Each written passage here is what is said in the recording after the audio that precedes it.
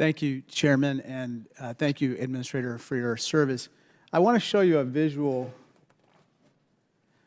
Do you recognize this picture? I do not. Good. It's an atmospheric research facility in Alaska that, believe it or not, conspiracy theorists allege is a mind-controlling weather machine. And one of the conspiracy theories out there is that somehow FEMA controls the weather. And I assume that you, as the administrator, do not control the weather, right? I do not control the weather. And you don't use secret machines to control hurricanes to target certain places in the United States, right? Correct.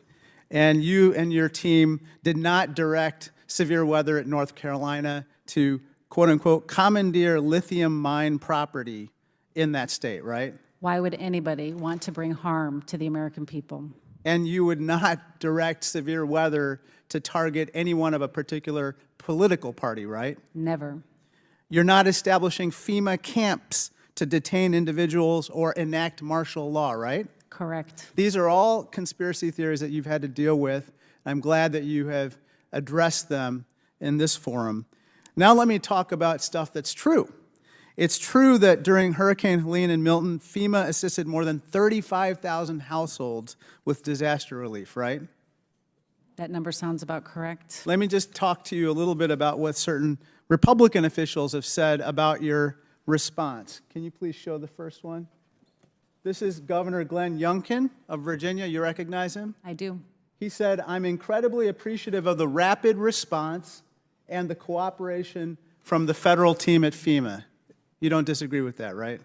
Governor Youngkin and I were communicating, texting, and talking daily, if not hourly, during the initial hours that it was passing Virginia. Well, let me show you another quote. This is Governor Henry McMaster of South Carolina. He said, "Federal assistance from FEMA has, quote, been superb." You don't disagree with that either, right? I do not.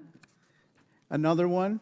This one is from Senator Tom Tillis, Republican of North Carolina. He said, "It has to be a coordinated response, and FEMA knows how to do this well."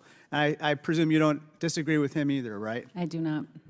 Let me turn to a final topic, and this has to do with basically homes that also serve as child care centers in many places, including in disaster zones.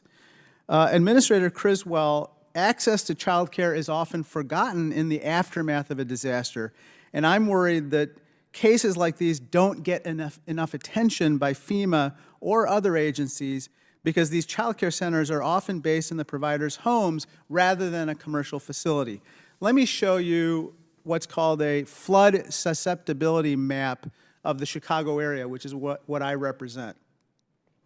I'd like to draw your attention to this particular map because it shows the areas of the Chicago, what we call Chicagoland, that have high susceptibility of flooding. And as you can see, it's this blue area which basically covers the entire region like a wet blanket.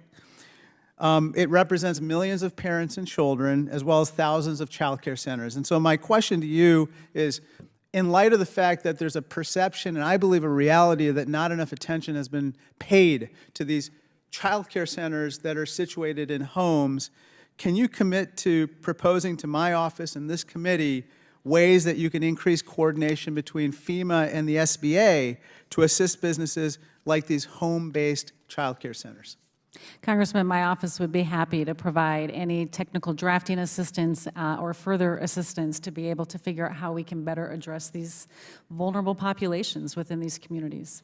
Thank you very much, and I yield back.